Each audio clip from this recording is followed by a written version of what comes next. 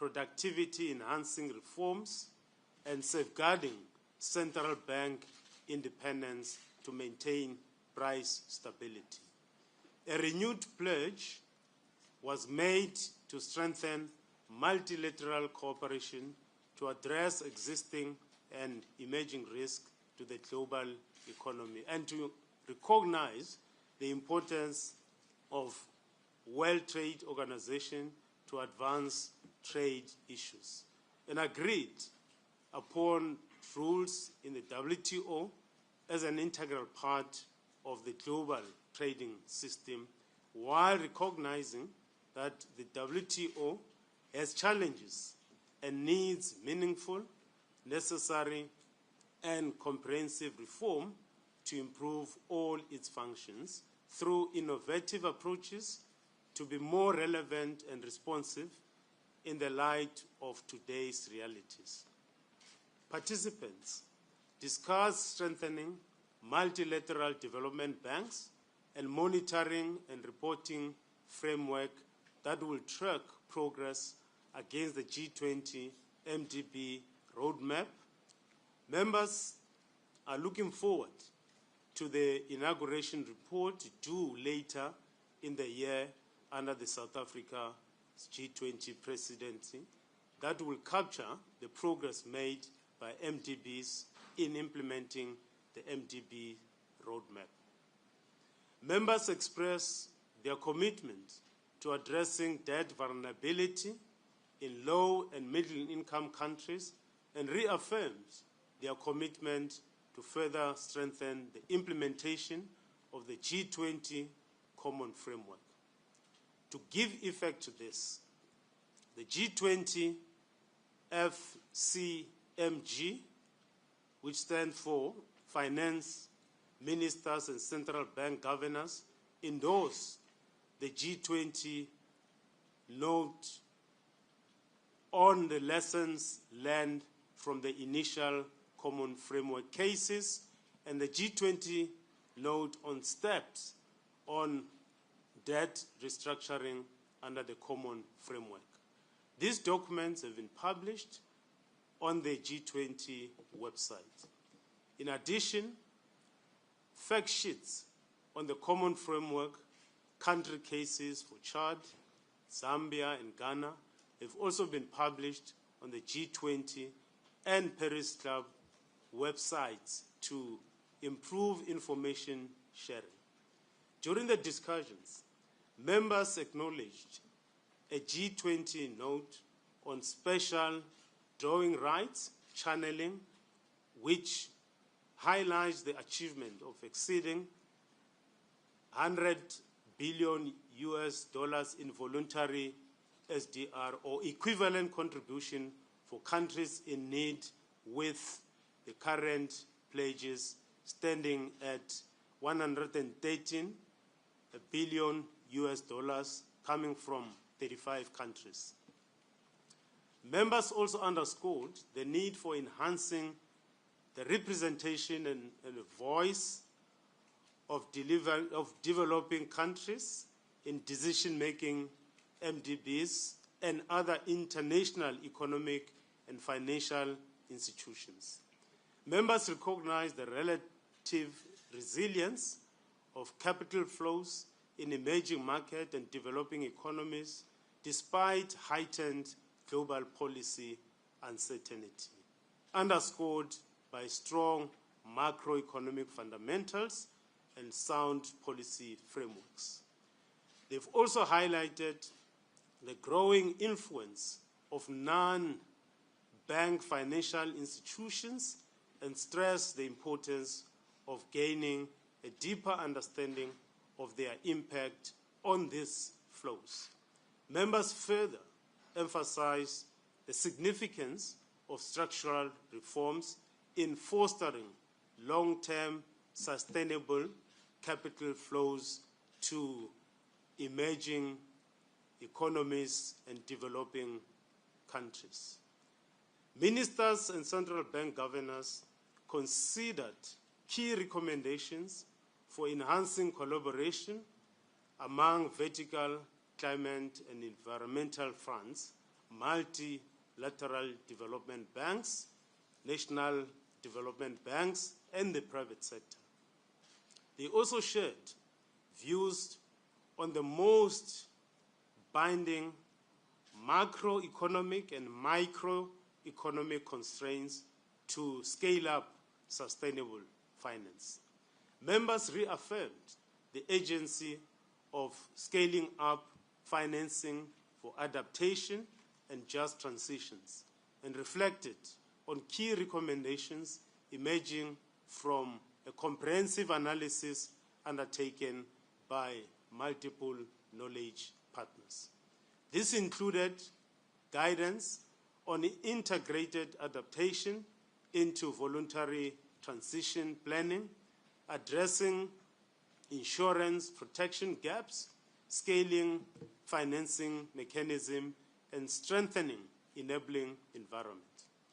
Ministers and central bank governors also received an update on the work of the Climate Data Steering Committee, which has developed a series of principles for development of a common carbon credit data model aimed at promoting interoperability and improving transparency of carbon markets.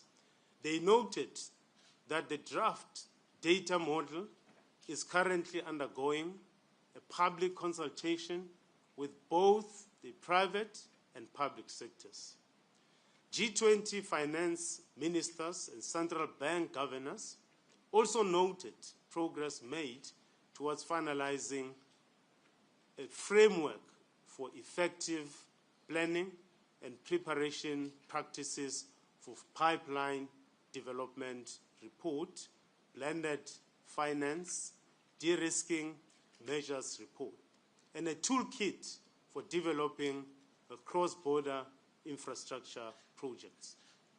They also endorsed 2 deliverables: a practice guide on leveraging infrastructure project-level data and digitization of the pipeline, and a note on improving availability and accessibility of market data. Collectively, these reports will support credible pipeline development by addressing data challenges that hinder substantial private sector participation in the public sector infrastructure. The meeting reaffirmed commitment to addressing vulnerabilities and promoting an open, resilient, and stable financial system, including the full and timely implementation of all agreed upon reforms and international standards such as Basel III. The meeting supported the FSB's work to NBFI data availability challenges, as well as recommendation for addressing systemic risks from NBFI leverage.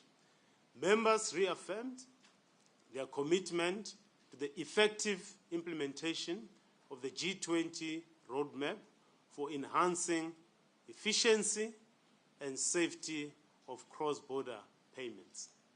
Members acknowledged the critical role of international standard-setting bodies, including Financial Action Task Force, which is, we usually call it FATF for short, Financial Stability Board, and Bank for International Settlements. Participants also backed innovative approaches to extend usage of financial services amongst individuals and small businesses, building on the Presidency's moving from access to usage paper. Members agreed to continue engaging constructively to address concerns regarding Pillar 2, global minimum taxes, with the shared goal of finding a balance and a practical solution that is acceptable to all. The meeting also affirmed a commitment to facilitate further progress to stabilize the international tax system, including a constructive dialogue on the tax challenges arising from digitalization of the economy. These efforts will be advanced in close cooperation across members of the OECD and G20 inclusive framework, preserving the tax sovereignty of all countries. Members noted the ongoing negotiations to establish a United Nations Framework Convention on International Tax Cooperation, received a report on tax transparency, and looked forward to forthcoming reports on tax transparency, progress in addressing base erosion and profit shifting, simplifying international tax rules, while improving certainty, voluntary exchange of real estate information, and strengthening revenue administrations and capacity building frameworks to support domestic revenue mobilizations. Members underscored the importance of aligning finance and health priorities to improve pandemic prevention, preparedness, and response, and bolster efficient and effective health spending. They welcomed updated guidance on health security financing and stimulation exercises, and committed to continued collaboration with the Pandemic Fund and other global health mechanisms. Finally, ministers and governors again turned their attention to key impediments to growth and development in Africa.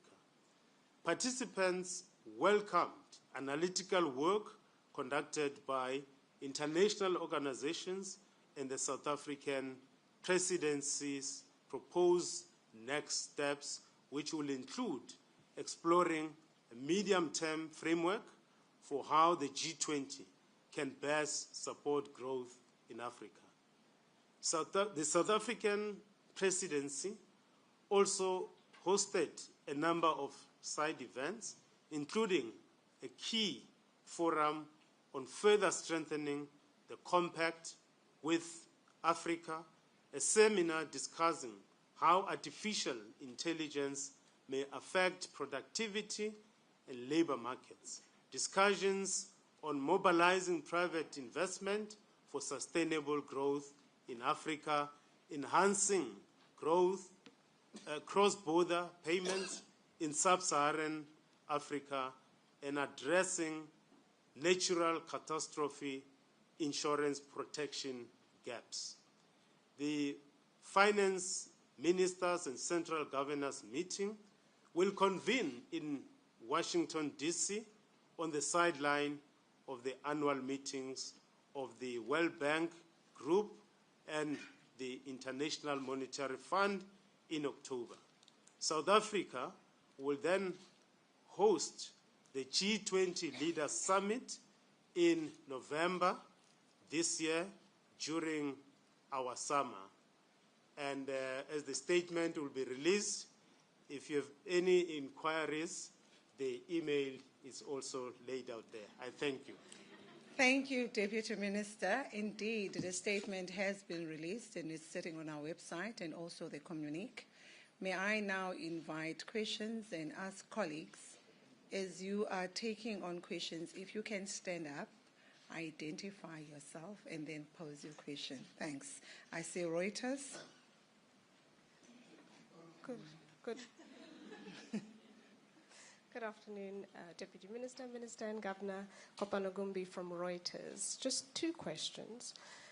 Firstly, can you detail the key compromises that were made to achieve consensus on this communique and how you managed to successfully convince the United States to sign off on this communique? And then secondly, to the Governor, the communique emphasizes central bank independence quite prominently. Could you elaborate on why this was a priority for the G20 this time around?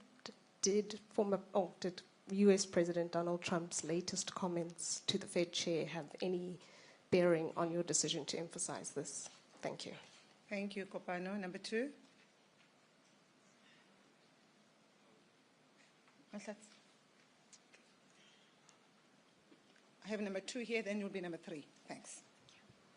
Thank you. Good afternoon. Nokhanya Mtambo from EWN. Can we, just jumping on to Kopano's question on the communique, get a sense of the issue on sustainable financing and the issue on defining that specifically? What was the issue there, and what was the agreement finally in terms of defining or how to define sustainable financing? And then can we also just get an update on where we are with the Cost of Capital Commission that was established earlier this week? Can we get a sense of where the work is at the moment? And then just the issue of cross-border payments, please, in terms of the discussions about how to get around the regulatory frameworks. What were the discussions about that, and where do we stand there? Thank you. Thank you. Number 3. Hi, I'm Kanika Seigel from the Africa Report. Just one question. You talked about the debt vulnerabilities and the debt situation that we're seeing across Africa. I'm just wondering, when it comes to plans for restructuring, how are you hoping that the discussions that you've had during these meetings will help reduce the time it's been taking to have restructuring done for some of these sovereigns? Thank you. Now handing over to the panel. Minister, I don't know whether you want to answer with your strained voice or you are going to deploy the answers. Governor. All right. Over to you, Governor. I will only answer central bank questions.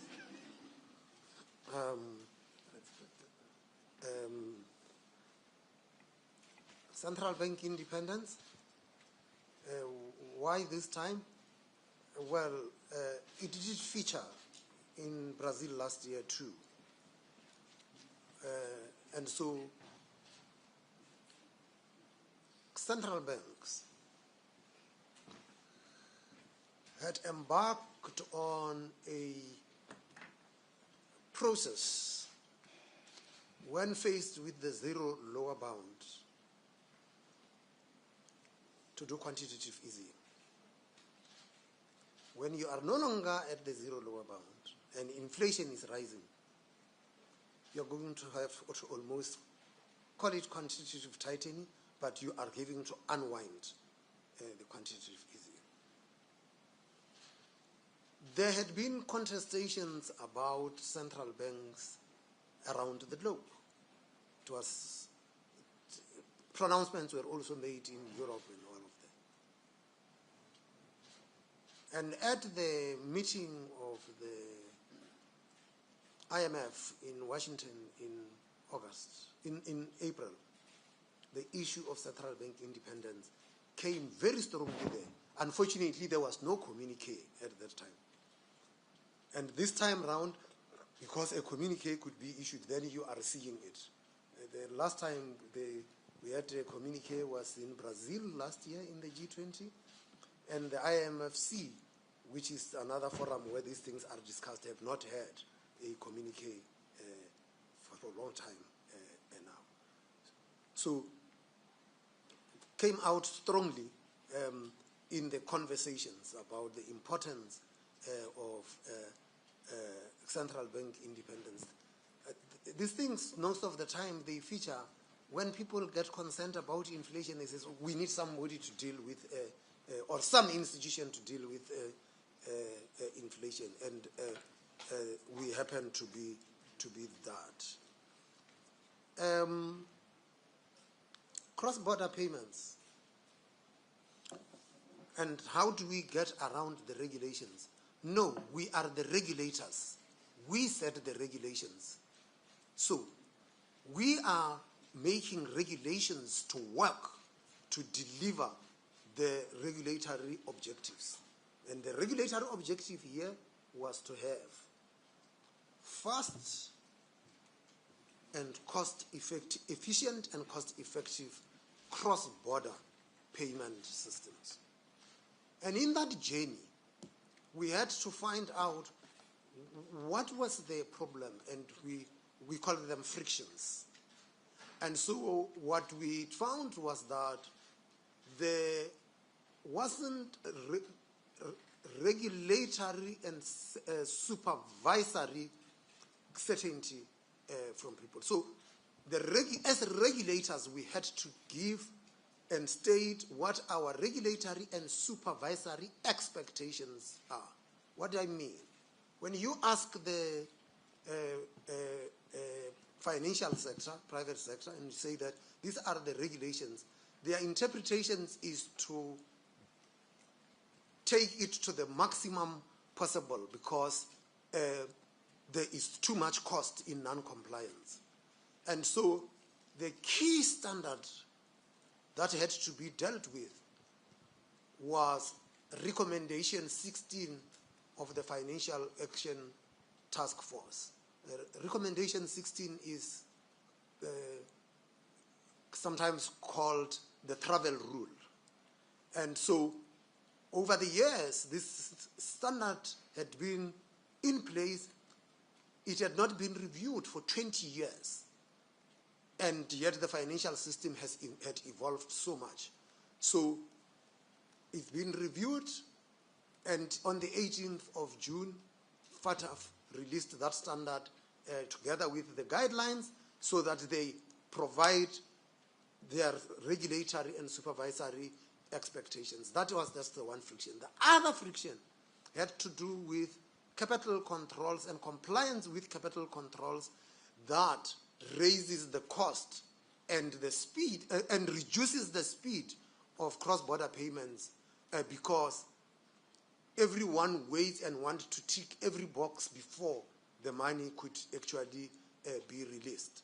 And so the committee that I chair with Governor Fabio Panetta of Italy, it's called the Cross-Border Payments Committee, that had to look at this, and a number of regulators had to be coming together to find those frictions so that you can actually bring down the costs. So it was not going around the regulations, but making sure that the regulations do not hinder cross-border payments. That's about the central banks. Thank you, Governor. Just before DG and DM answer, you can see why I've outsourced. Let me answer, just correct one issue. The lady from EWN. Nokukanya. Nokukanya. There's nothing called a cost of capital commission. It does not exist.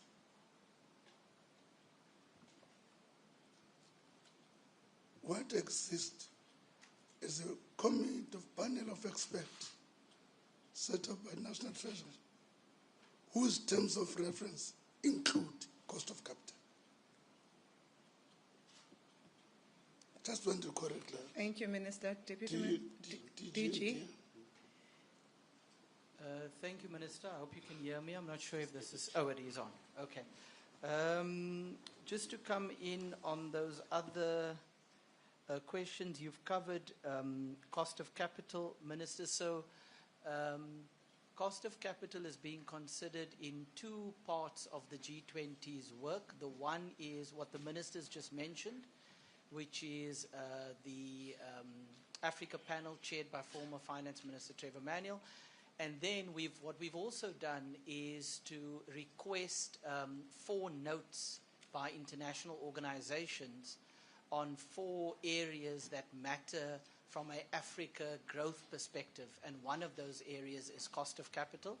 And the note in that case, which is a note that was done as part of our G20 presidency, was done by the African Development Bank. That was part of a broader suite of notes that also looked at other impediments to growth and development in Africa, which included macroeconomic vulnerabilities, infrastructure, and the quality of institutions. So what was very important for us is to locate the cost of capital work in the right context, along with the other challenges faced by the continent. There was a question on debt restructuring as well.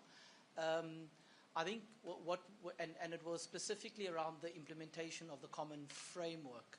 I'm not sure who asked that question. Yeah, it was specifically around the common framework, and there are a couple of very practical areas where under our presidency we've managed to make some good progress. The one has been that we were able to publish a G20 note, so endorsed by the G20, on the different lessons learned from the common framework implementation process, as well as a note that outlined the debt treatment steps. And those were specifically designed to help us improve the way in which situations of debt distress is dealt with. In addition to that, there was also a note on lessons learned and case studies of the previous common framework cases. And in fact, if you look at it, you can see that it has improved. The Ethiopian common framework negotiations took 12 months and were finalized last week, which is much shorter than some of the other countries that have gone through a similar process over the last few years, like Zambia. So clearly there's tangible progress on how quickly countries are moving through the debt treatment or restructuring process. And in our G20 presidency, we've been able to make a very practical contribution to that work through the notes that we've published. Thank you. Thank you, DG. DM, you want to add on input? Well, Kopano asked what key compromises and how the US got brought in. The process of a communique is a very long one. And I commend the two gentlemen who led that process, Rashad Kasim and DG Petersen. The conversations just keeps going, and the initial stuff gets drafted, and then there would be virtual meetings and eventually the physical meetings. So every country has a position, and every country puts its own position, and we have got to find each other. Sometimes you would find why sometimes we don't have a communique is that we might have disagreed on a whole paragraph. And the easiest thing would be, if we disagree on one paragraph, why don't you just remove the paragraph because you agree on the rest? Says, no. It's give and take. I am not going to agree to the other stuff unless you also agree on this paragraph. And you have got to find language that accommodates each other. And it takes the poor gentlemen hardly slept because they had to deal with that. So that is the nature of communique drafting.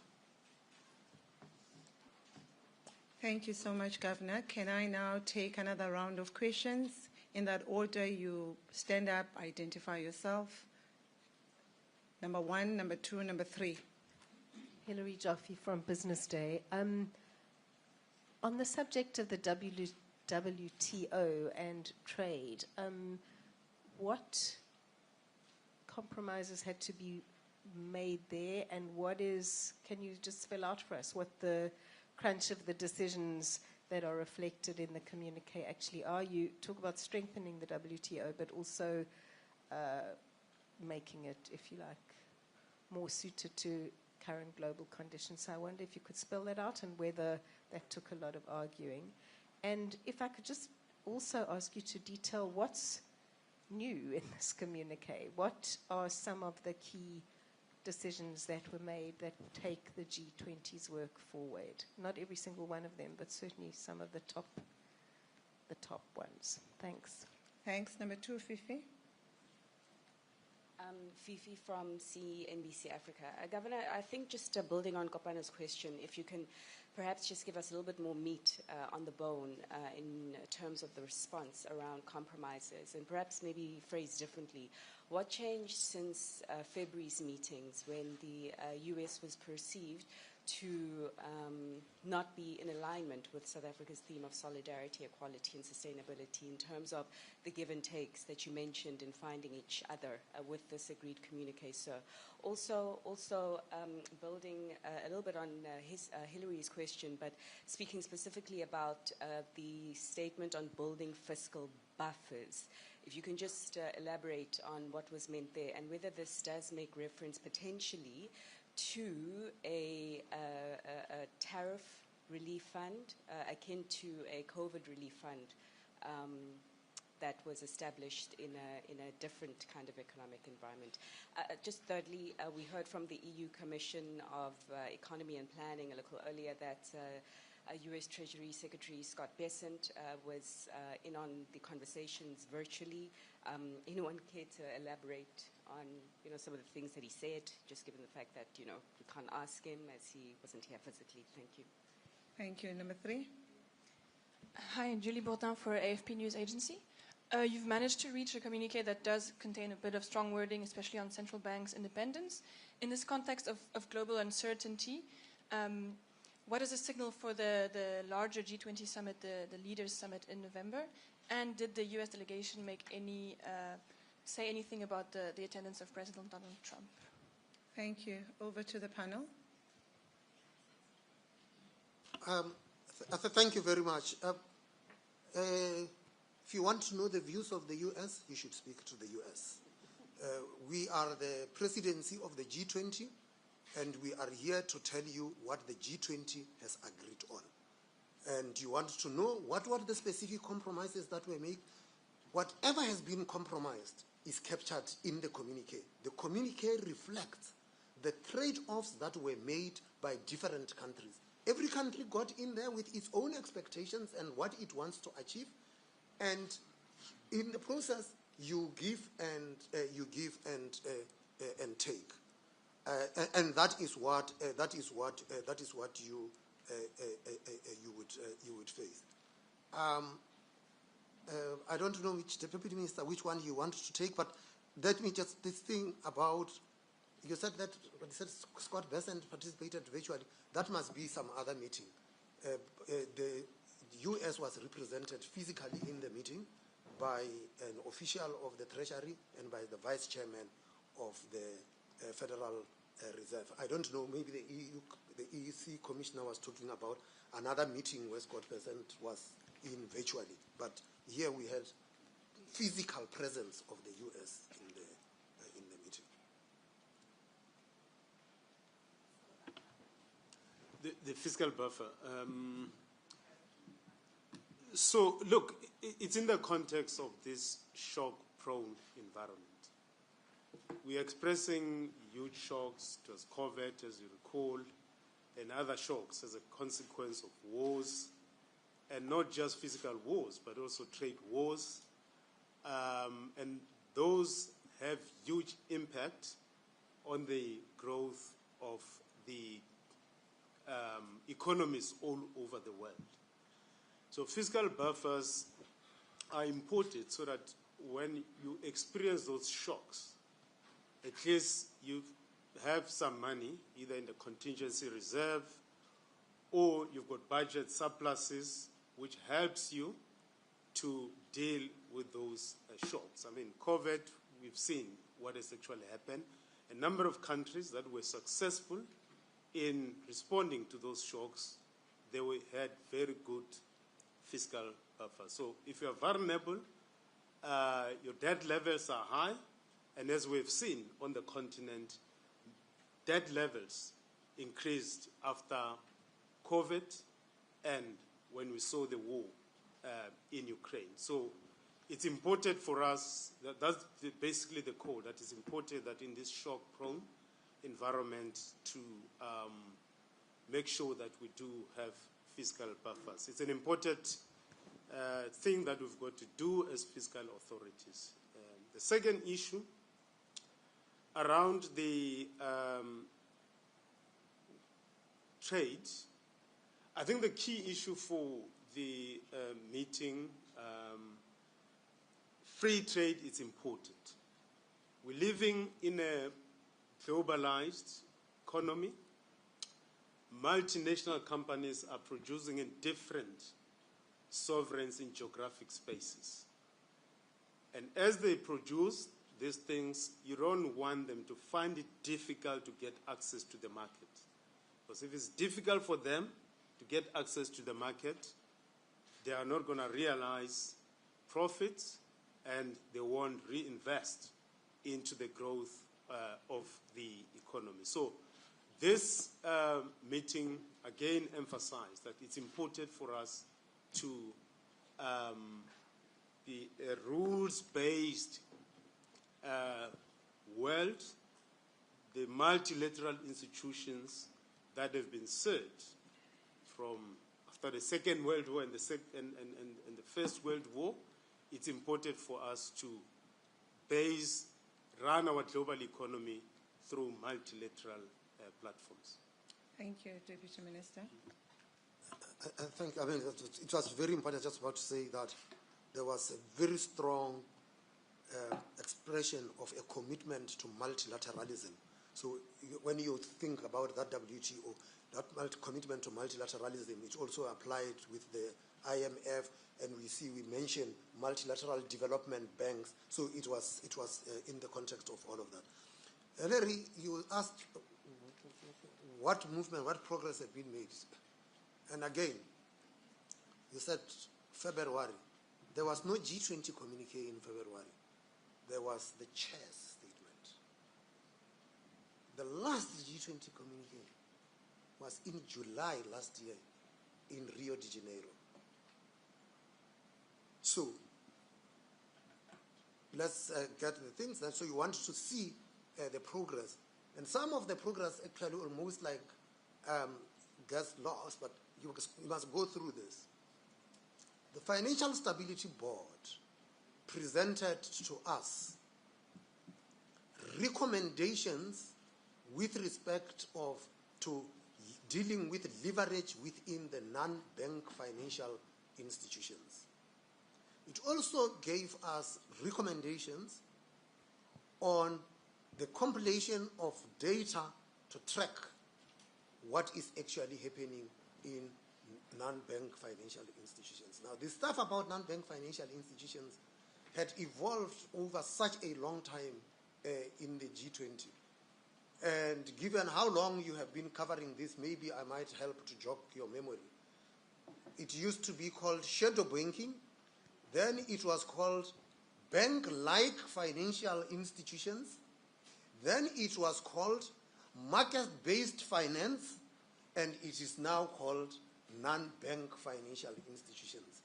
And what basically this thing reflects is institutions like asset managers and that are not falling within the clear definition of banks, but are playing a very important role in financing. And they tend to be very big players in the bond markets. And most of the time when you talk about capital flows, it is the non-bank financial institutions that are involved in those things. And when you said leverage, dealing with leverage in the non-bank financial institutions, you might remember other institutions that used to be called highly leveraged institutions, colloquially known as hedge funds. They are part of that grouping. So I just thought that so that you would understand that. There had been a big thing. We had said that special drawing rights are allocated, and they get allocated according to your share in the global economy. What that means is that the countries that are big economies get allocated these special drawing rights, but they actually do not need them. And so what was then decided some time ago was that we must find a mechanism to channel those special drawing rights to the countries that need them, and to the extent possible to multilateral development banks. And what this communique is reflecting is that now just around $100 billion in special drawing rights has been rechanneled to the countries that need them, and there are further pledges, and we would like to see that get forth. I've told you about the cross-border payments, and I've said that the big change that had to be noted is what we have done with giving regulatory and supervisory expectations. So, and again, you would realize I've stuck in my lane. That's the stuff that has to do with central banks. Thank you. DJ, do you want to add on? Thank you, Cleo. Just maybe a...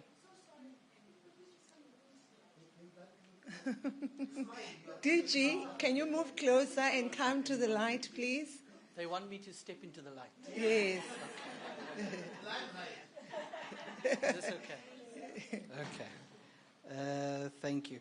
So, just maybe one or two additions. The DM, I think, answered the trade issue quite well. I think it's worth adding that in addition to the points about the nature of the openness of our trading system, I think the communique also talks very clearly about the centrality of the WTO and its role in that. And I think that's an important point to make, in the same way that the communique reaffirms the IMF's role as being at the center of the global financial safety net. So I think that's worth adding. In terms of what has changed since February, there's obviously what you will notice in the communique is that at this point in our presidency, there's quite a lot of work that's been completed. So as you go through the communique, you will see references to specific items of work that is done. I referenced the G20 work on debt treatment, the notes that was published there, but in each of the sections, you can see that there are various other references to work that has been concluded. And that's a key part for anyone's G20 presidency, is to be able to highlight some of the work that has come through. You can see that in the infrastructure section. You can see it in the health section as well, and a few other sections. And of course, the easiest way is to read, as the governor said, the chair's statement from February side by side with the communique to get a very good sense of what has changed. And then just one more point. The governor is correct. There was a communique, the last communique, there was one in June, July in Brazil, and then there was also an October communique during the Brazilian presidency, and that would have been the last one before today. Thank you. Thank you, DG. Colleagues, I'm now going to take a last round of questions. I thought, DG, you would have emphasized progress of the infrastructure and also say, by the way, both of us and the Americans liked that section. Thank you. May I take the last round of question, colleagues, noting number one. Number two, is it only two hands? Number three, only three? Happy? Is it four? I thought it's three. Okay, no problem. Number one. Hi, Kosuke from Kyodo News, Japan. I have a question for the minister. I know you're losing your voice, but I would like to deliver the voice of the voiceless. So I would like to give you a probably very easy and simple question. So how do you oversee or evaluate the discussions that led to the communique? Number two? Where did you say number two? Okay. Doesn't look like it. Okay. Just two follow-ups. So as DG Peters just mentioned, looking at the chair's statement and looking at this communique now, there is a very clear drop of climate finance and climate financing. And I just wonder was that part of the compromises that had to be made in order to get WTO and other issues into the communique? You dropped the explicit mention of climate and climate financing, or was there another reason that could be explained? And then secondly, As South Africa reaches the midpoint of its G20 presidency now, what concrete deliverables are you hoping to achieve before you hand over to the United States? Thanks. Number 3, Fifi. Apologies in advance if this is a dumb question, and the apology goes specifically to the governor. But just procedurally, if you can just guide us as to what next from here, procedurally. Thank you. Over to the panel. There's never a dumb question. You always learn from a question, right? Over to the panel. No, sorted. Okay, Hillary.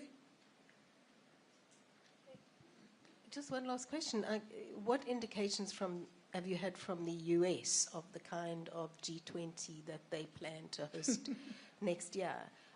Because there certainly have been some media reports in the international press suggesting that they may downscale it quite considerably. Have you had an indication that that is the case? And if so, is it a concern for the future of the forum itself? Thank you very much. Before I take over to the panel, is there any other question that is coming through? Everybody is happy? All right. We had heard that it was the view of the US that we've got too many, or this G20 structure, there's just too many different task forces and streams, as it were. And I'm just wondering, to her point, whether there is going to be a change in the structure of the G20, and whether that was an area of compromise this time around. Thank you so much. I'm not seeing... Once you have the microphone, can you clarify this thing? I do not understand your question. The question about procedurally, what procedurally was? What next? So in terms of, after this, you bid us adieu, but this communique now has been released, and just what happens next in terms of your tasks, the tasks of the finance minister in his capacity as well, in the lead up to November, sir. Okay, now I understand. Thank you, Governor. Okay, now I understand. DM, are you going first? Can you go? Just on the climate finance, there is a reference to that in the context of vertical funds and environment, and issues around adaptation, sustainable finance. The language is there. But you know, one I learned when I was also a student negotiating with management for something, access to education, I learned that you don't let language to be a barrier for discussing substantive issues. So, and I take it that even in the spirit of these negotiations with DG and the team from the central bank, I don't think that the issue was about the language. Because language, as I said, it can serve as a communication barrier. You disagree, you have split and all that.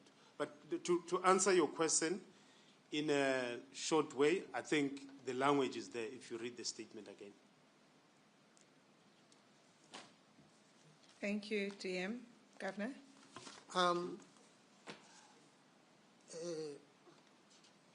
There is a whole section, Kopano, on sustainable finance. And it deals with these things. So there's a difference between the chair statement and the communique, which has been toned down. The chair statement reflected the views of the chair. It reflected the views of the chair. This is what the chair was taking from that meeting. And there might be lots of other people in the meeting that agree with the views of the chair. And the reason why there wasn't a communique was also that you couldn't agree on the framing, and the Deputy Minister refers to this. Do not allow the language to be the enemy of what is meaningfully being discussed. There's meaningful discussions that are taking place. Just thought that we would deal with that.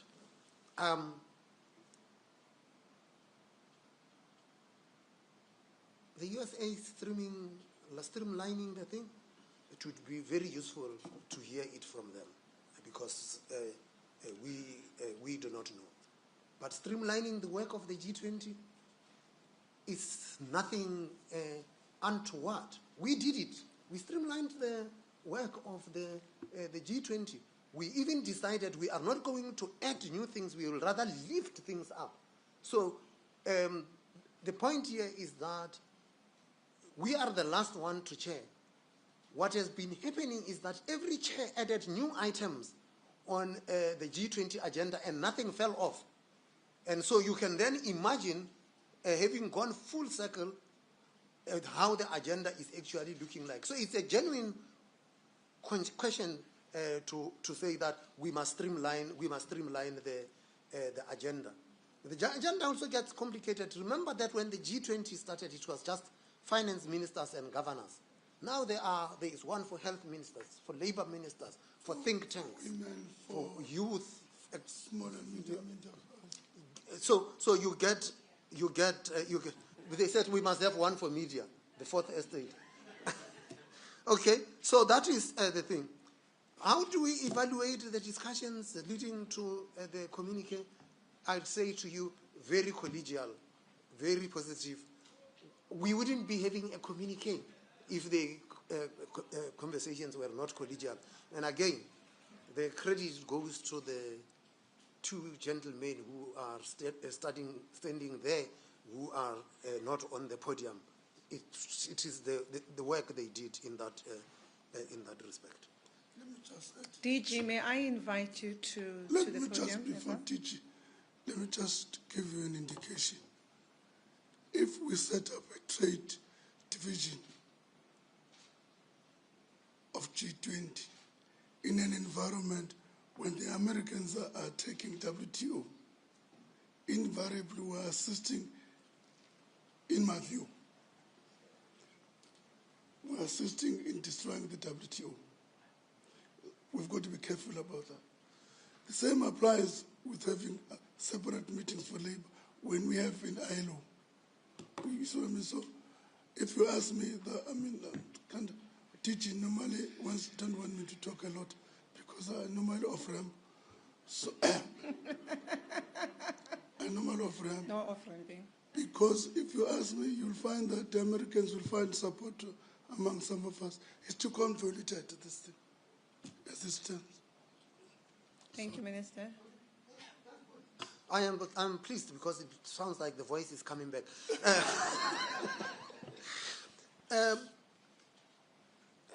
Fifi, your question is not dumb. Let's get the thing clear. You said now procedurally where to from here. We set the agenda last year as we assumed the presidency. There's a series of working group meetings that fed into the deputies' meetings, and the deputies fed into the ministerial meetings. It's a process. And in a way, it answers Kopano's question, because it says that what are the concrete deliverables? The point here is that this is a process that is running, that will culminate with things. The last finance ministers and central bank governors meeting will be in Washington in October. That will be the last meeting before the summit that in Johannesburg in November. So it's building into that. Some of the things might be things that are being recommended to the heads to the leaders, and the leaders must make a decision. From where I am with the central banks, we are in the Financial Stability Board. We've been tasked with achieving the targets for by 2027 of the cross-border payments. Procedurally, we have got to table a report annually for the heads of state, which we will do in November. And that report will spell out exactly what progress had been made, what frictions did we encounter, and how we intend to deal with that to make sure that we deliver by 2027. I don't even remember, I think it might be the UK which will be chairing in 2027, and that report comes in 2027 and says that we have achieved this. It's G20 achievements. You can't say that, oh no, South Africans, you worked on this thing in 2025 And you didn't. And look, the UK come in 2027 and look at the results. It's because this thing had been running. And again, we decided we are elevating it. The work on the cross-border payments started under the Saudi presidency. And the Indians and the Brazilians just kept on lifting, and that is also what we did, lift it further. Yes. Thank you, Governor. DG? Thanks, Cleo. Just 2 quick points from my side. The DM was correct on and the Governor on the climate language. I think if you go throughout the document, you'll find it in various sections. And importantly, right at the end of the document, there's a very important reference to the upcoming COP30 in Belém, which is quite a strong reference at the end of the document, and I think that's quite important. In terms of the deliverables, we, of course, publish the deliverables as they go on the G20 Presidency website, but one of the things we could do is to make available a document containing a list of the deliverables that we've achieved thus far, plus the ones that we are planning to do. And this will be in terms of specific documents that have been finalized, side events that have been hosted, dialogues, and so on and so forth. So if that's helpful, that's something, Minister, Governor, and DM, that we can make available to the media. Thank you. Thank you. Before the panel, we have Bloomberg. I call it a Mandela Day question. Thanks. We share a birthday anyway. Happy birthday. Thank you. Matt Hill and I write for Bloomberg. I was hoping you could talk a bit more to give us a sense of how difficult and how significant it has been for South Africa to be able to deliver this communique today, especially looking at the current context of the world's geopolitics with all these tariff wars and a lot of friction going on. And perhaps if you could say whether that is reflected in the state of your voice, Minister. Thank you so much. As we respond to that question, I would like also the panel to make closing remarks. Thanks. Over to the panel. Matthew's question. Matthew's question. How significant is this moment for South Africa? Look, I said to somebody since Indonesia, which was tough. Mind you, Indonesia, we had to Indonesia immediately after Russia attacked Ukraine. It was a very, very, very tough presidency. When I compare ours to 2022 in Indonesia, because it happens in this environment when there's a changing geopolitical situation which confronts us, and we're hosting it, being a small player, by the way. So it has been difficult. What they did not show, there's also some minor things behind the scenes which we're playing that way, even in the formulations you're talking about. So it has been a difficult one in this environment. I compare ourselves to the 2022 Indonesian scenario when everything was up. So to achieve what we've done in that environment, I think, in my view, it's a huge success. It's a huge success in that environment. You must understand, it's even in the Shepherd track, it's even difficult to move. At least in our track, we can get the Americans to participate. In the Shepherd track, they're not. So in that sense, I think, to me, is a major success.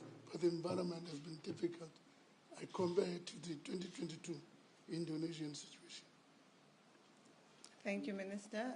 Deputy Minister, Sampath. Look, my last words, we're facing all the problems humanity has. No nation states can solve them alone. These are global problems. The pandemic doesn't know borders. COVID did not ask whether this is South Africa, America, Japan. It hit the entire world. Similarly, the climate change doesn't care about borders.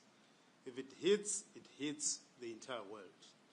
Companies now, they are globalized. Ford is operating in Silverton in Pretoria. It exports to the US. And therefore, it's also in the interest of the US to allow, or any country to allow the global economy to be run on the basis of multilateralism. Because otherwise, if we keep fragmenting and not solve problems collectively beyond nation states, through nation states, of course, humanity will be in crisis. And I think for me, this G20 moment, which also produced a communique, is an important indication that the world requires all of us to come together and solve the problems. Thank you, DM. Governor, your parting shots, your closing remarks. I agree with the Deputy Minister. Thank you so much. Thank you, everyone, for participating. We've come to the end of the media briefing. The panel may leave the room. I'd like to thank each and every media person that is here. You've been it was great hosting all of you. We've worked well together. I hope we continue to work in this manner. Thank you. Meeting is adjourned. Thanks. You want to clap? Clap.